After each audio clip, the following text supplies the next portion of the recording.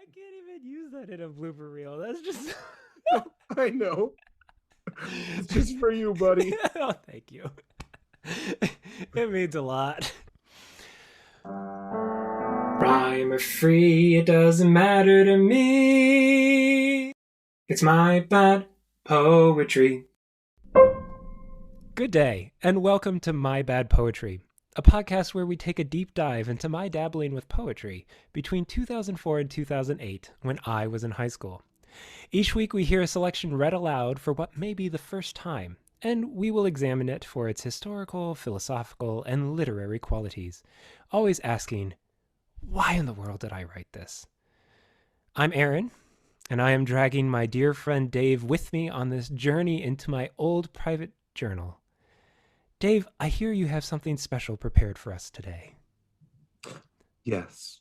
I took time this week to show you the appreciation that I have for you putting together this podcast, and I put it into a poem. Oh, thanks, Dave. So enjoy this haiku.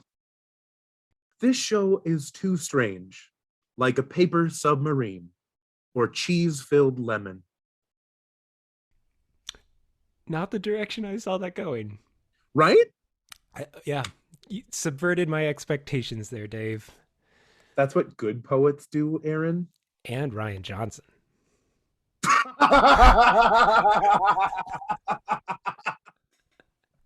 So, the poem that I bring for us today, yes, comes to us from the same day as Regret. Okay. And it's another untitled poem. Okay. Maybe I should sing it like an untitled melody. Oh, how no. the night No. sky. Stop. No, it doesn't work.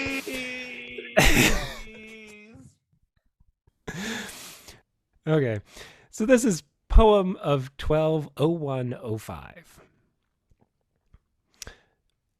Oh, how the night sky is beautiful, full of stars and planets.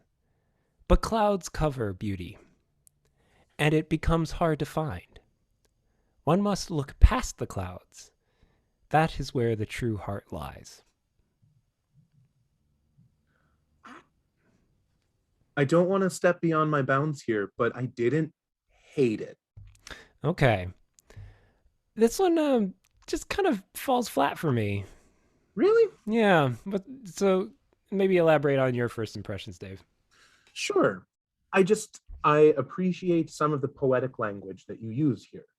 A lot of the times in your poetry, it's this is like this is like this. The other thing is nice. And I hope you're reading this as me just trying to hurt your feelings. Mm-hmm. Read clearly. Yep. What I'm going for? Okay, good. But at least in this one, I feel some of those words a little more. That doesn't make any sense. But You feel hope the you know words, what I mean. Dave. You feel Oh the my words. gosh. Yeah, you said that. Aaron, your poetry is rubbing off on me and I'm scared. I'm sorry. Yeah, okay. I hear what you're saying. It's definitely a different approach than most of my other very dry poems. I'm trying at something here. I kind of see it as a combination of my previous poems, shadows, with Okay. how the shadows grow and Mhm. how these clouds are covering beauty, and that language of stars comes up again because as we heard 2 times ago now, the sun and moon and stars language that came up the day before. So yeah, Well, I think what's getting to me in this poem, and I'm calling it a poem. You're welcome. I'm calling it a poem. What I'm seeing in this poem is that there's not a hard definition you're trying to make. There's not a clear idea you're trying to express. And so there's a lot more interpretation that a person can put into it rather than interpretation that's being pushed out from it, if that makes any sense. Yeah, no, that totally makes sense. I mean, what we've called earlier the definitional phases. I'm pushing a very specific definition or lens out there with whatever metaphor I'm trying to work. This one is, yeah, a lot more vague, a lot more kind of open to interpretation, where you can place meaning into what the clouds represent, what the beauty represents, why it might be difficult to find at that time. Yeah. Oh, you have a really good uh You can just say that I'm the best. I get it. yes, okay. You're a smart person. And in biblical study and scholarly work, there's the term exegesis, Mm-hmm. and that's where we try and find what's coming out of a text, right? What's the word for putting your meaning into a text? Because I think that's what you're talking about with this poem. Right. And like in biblical scholarship, so we talk about exegesis, which is reading into the original context, reading around the story so that you can understand the story more fully. And then there's eisegesis, which is reading your own interpretation into the story. And in biblical scholarship, that's not how you do it. In a lot of scholarship, that's not how you do it. But I feel like poetry is almost the opposite, where in poetry, you have to realize that you can't fully understand the emotion of the author, and that's not the actual intent. Poetry is about what you can learn from it and like what kind of questions it evokes in you. So I feel like eisegesis is more useful with poetry because you're not reading the author's intent, you're trying to read your own intent and see what you can learn from the author's experience or from the author's question. That's fascinating. Yeah. I don't think I don't think I fully agree with you there. As That's because some you're wrong. well, yeah. But I think some authors of poems would push a specific agenda or lens or idea out into the world, that's heavily influenced by their context and the places in which they live. Mm-hmm. But I do think that the medium of poetry, yeah, it does allow for a lot more introspection on the person who is reading the words. So yeah, Yeah. I somewhat agree with you in that there are some great poems that you don't need to know anything about the author. It invites you into the space and allows you to kind of play there. But you're probably right that I overstated the benefit of that eisegesis, of that reading yourself into it. Because, I mean, if you are reading Shakespeare, you need to know some of the context, you need to know the language, you need to know kind of the function of different things. If you're reading the opening of Romeo and Juliet and you hear this whole conversation about biting thumbs and then one guy kills another for biting his thumb, that's not going to make a ton of sense. And Yeah. that's not going to impart a lot of import to you. You need Yeah. to know the context to make it work.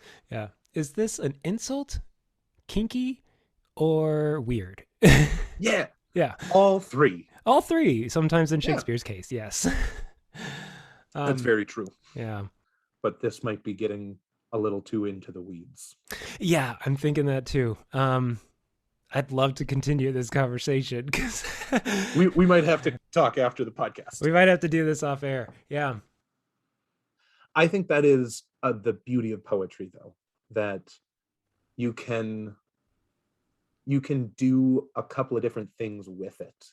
You can read it for the history, you can read it for the linguistic beauty, you can read it for the meaningful beauty, you can read it devoid of everything else and just apply it to your life or apply it to your thinking and see where it fits with your understanding or where it conflicts with your understanding.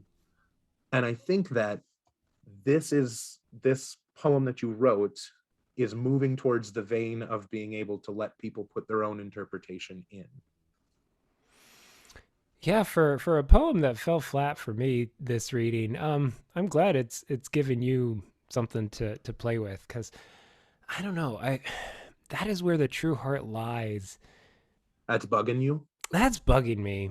Because I'm talking about clouds and stars and planets, and then I take this turn as like true heart. What? Well, so now I'm trying to look. The structure is still just three verse. There's not Yeah, really it's a no rhythm, no rhyme. No, still very, very free verse. yeah. I'm now just seeing something else that I think could be a point of interest for me. I'm I'm getting a little angry right now, Aaron. This Yes. this poem seems okay, Oh, this is fascinating. right? This is hurting me a lot. Um, in the fourth line, and it becomes hard to find. That it is like a dangling modifier, because the sentence itself is full of stars and planets, but clouds cover beauty, and it becomes hard to find. So the it, I mean, linguistically, it should be beauty that's being hard to find. But at the same time, I'm thinking like you're looking for a star and it becomes hard to find. So there's kind of this, I don't know, it for me it evokes a night where you're looking up at the sky and there's clouds passing between you and stars and you go, "Oh, where'd Polaris go? I was looking at the Big Dipper, but it's somewhere over there. There's clouds there now. I can't see it. I can't see the beauty. I can't see the stars." Oh man, Dave, I want to follow you with this, but somehow I feel like I have played the most elaborate prank on you. The intention that you are putting into this analysis after so many episodes, it's like, did I pull off a prank I didn't even know I intended?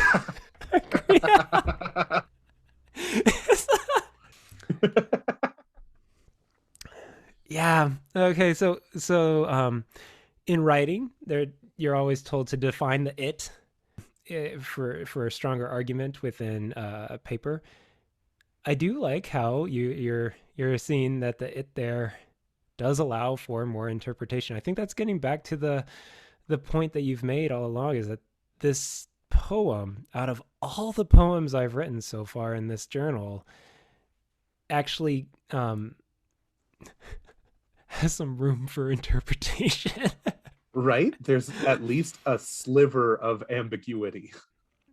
Well, yeah, I appreciate that you're finding something in what I consider a bad poem, but Yeah, again, that's the beauty of poetry. That even in a bad poem, we can find something useful. okay. So embracing your lens on this poem, I am seeing something that I actually really like. Ooh, I'm changing Aaron's mind.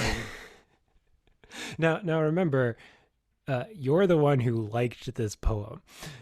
The beginning of the poem implies that there's beauty within creation. I think the stars and the planets, the beauty of what we can see. Clouds cover that beauty, okay, and then that is hard to find. I get to this line, one must look past the clouds. That is where the true heart lies. The that there, again, is kind of like your it, in that it is not fully defined. And in your push for a mixed metaphor, I am seeing the act of looking past the clouds as a show of true heart. Oh, So it's acknowledging that there is beauty, and simply that acknowledgement and that seeking of it is the true heart. man, ambiguity can do something, bud. Yeah. Like that's really interesting that the true heart doesn't lie beyond the clouds. The true heart lies in looking beyond the clouds. Yep. That's good. Okay. Yeah, it kind of it for a 15-year-old journal that has been incredibly pessimistic and bleak in our previous exposure to my writing. Yeah. This one stands out as actually pretty optimistic. Right? There is this acknowledgement of beauty beyond what the temporary things that block it. And Mhm. there's this acknowledgement that the truth is more than cloud covered skies. Yeah, there's a lot of optimism there that I have not seen in my previous writings up until this point. Sure. Okay, now I don't like it anymore because I only like pessimistic stuff. Yeah. I know, I've ruined it. Yep. Yep. For those of you who have made it through the last 3 episodes of my piney poetry, I guess. I'm sorry, and I hope that you looked past those clouds. Oh gosh. Yes, I did it again. Aaron's you're breaking your metaphor. How are you breaking a broken metaphor? It's already broken. Big shout out to FeedSpot for featuring us on the top 60 poetry podcasts you must listen to in 2021. We're number 31 at the recording of this podcast. If we drop off that list before you find it, no, we were grateful that we were ever mentioned at all. So thank you to FeedSpot for putting us there. I don't think we can drop any lower because I feel like there's only 60 poetry podcasts in the world. Am I right? Yeah. We don't need the likes. We don't need the subscribes. This is just clearly for fun. But if you think someone else might like it, we hope you feel comfortable sharing it. I don't know. Wait, just to be clear, you're only doing this for fun? Yes. I'm in this for the thousands of dollars a day that we're making Dave, off no. this podcast. I I've quit my job. I bought a Lamborghini. I should have no. Oh, that hurts. Yeah, no, Dave. You should probably beg for your job back. This is Yeah. No. Well, Dave, good or garbage? Ooh.